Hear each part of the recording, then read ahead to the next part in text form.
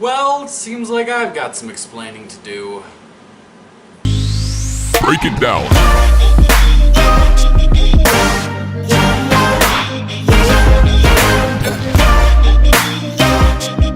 What's going on, ladies and gentlemen? It is your boy Colin from the Imaginarium, and I'm back. We are back. It has been over a week. Or actually, it's been a week since I was supposed to upload our last video. And life has gotten a little crazy. I'm not gonna lie to you. Just things have been going all over the place for me and Brandon. It was also my birthday yesterday. I had a couple of things to do there. Also some other stuff maybe we'll get into later on the channel. But so that was going on. That's why we haven't posted in the past week. So get ready, because I'm about to flood. If you're subscribed, I'm about to flood your sub box. This video, as you see from the title, is Netflix of the Week number 3, which I was supposed to post Thursday, which I'm going to post now, and so on and so forth. So I'm going to post that, and it's going to be awesome. And then I'm going to post another bunch of videos today, and if you look in the description of every single video that we do, it says near the bottom what the next video is going to be. So I'm posting this in the morning, and then I should have another video up in the afternoon, and then another one, and all after another. So they'll just come tumbling and tumbling. But we are here for Netflix of the Week, number 3. And without further ado, let's just get right into it, shall we? Number 1.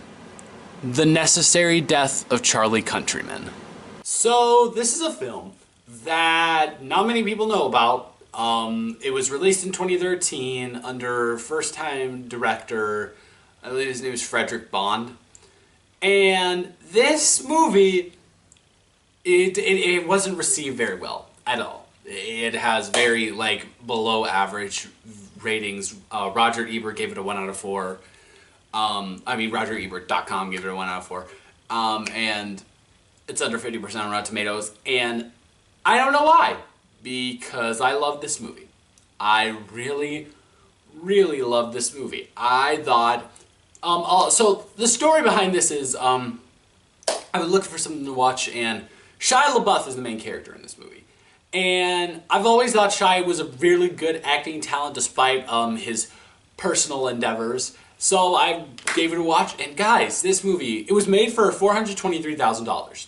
Under $500. And it looks like there have been at least 2 million put into it based off of just the shots.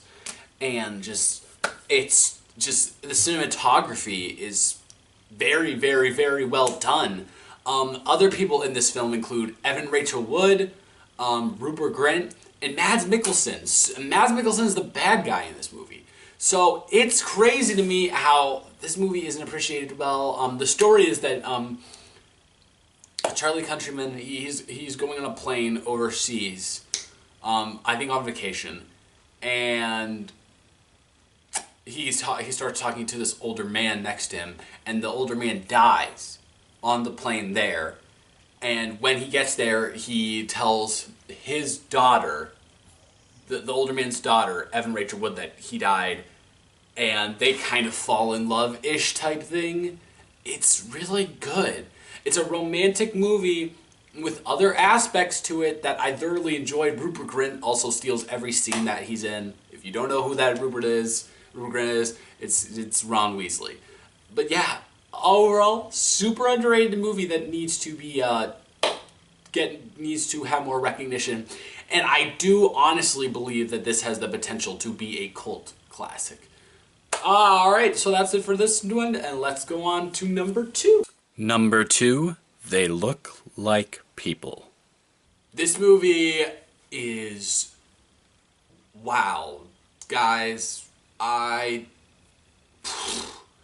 speechless is the one word that comes to mind, because none other do. This is, I believe, the feature film directorial debut of a Mr. Perry Blackshear, who, if you guys don't know about Perry Blackshear, look into him, because he does everything. If you look at his IMDb page, it has like him listed under everything from cinematographer to actor to composer, everything along those lines. And it stars McLeod Andrews and Evan Dumichel. I think Dumichel is something along those lines. They Look Like People is something that's very hard to be categorized, but I will go with horror / psychological thriller / drama.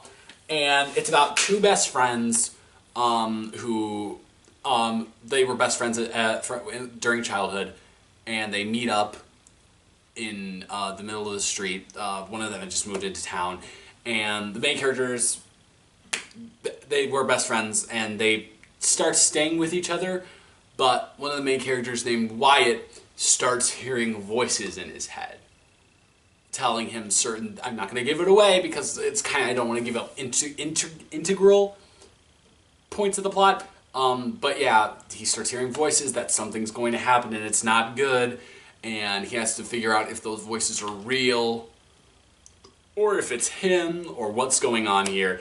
And guys, this was superb. Was it the best movie? No, obviously not. It wasn't the best movie.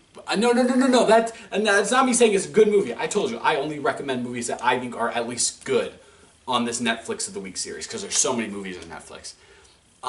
But this was just so amazing.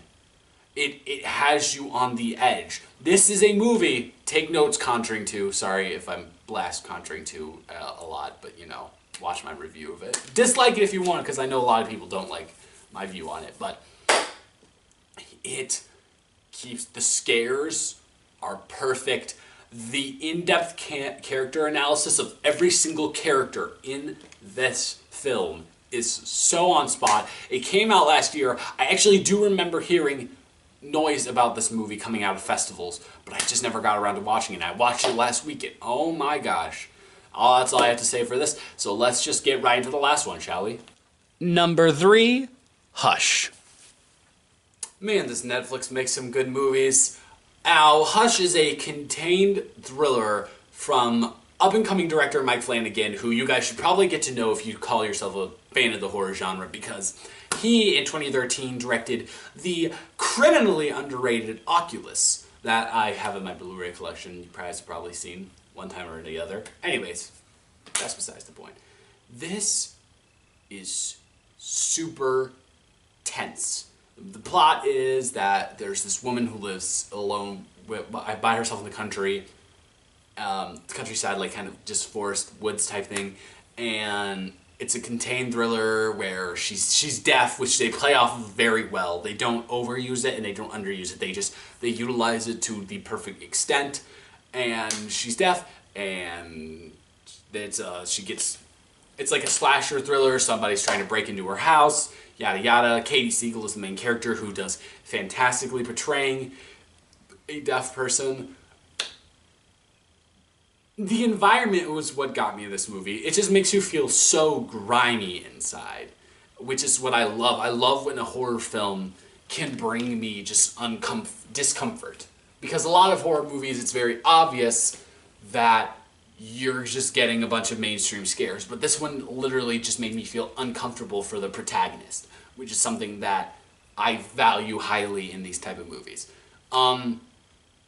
That being said, it is probably my least favorite of the three, but I still think it is very, very good compared to modern day horror movies. So definitely check it out. And it just came out this year too, 2016, so you can rant and brag about you knowing it before all your friends do. So yeah, I think that's about it. Alright guys, that is it for this video. This is Netflix of the Week number 3.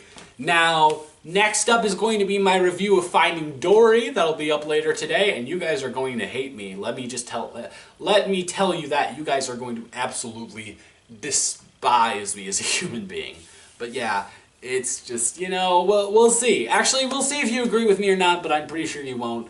And, yeah, after that, probably, I want to do something, by the way, rest in peace to a wonderful, wonderful, wonderful, wonderful actor, Anton Yelchin. I really enjoyed a lot of his films, especially, it's just so shocking to see him gone, especially considering he just came out with a fantastic movie this year in Green Room. And it's horrible news, and the fact that it was a freak accident makes it any worse. But regardless, yes, that's my little segment dedicated to him. But I will probably make a video related to Anton Yelchin this week. But yeah, so that's it for this video. Make sure you leave a like if you enjoyed it, comment any criticism or your opinions about these 3 movies if you've seen them, and subscribe if you're new here. And that is all for me today, so make sure to be safe and don't forget to take a cab.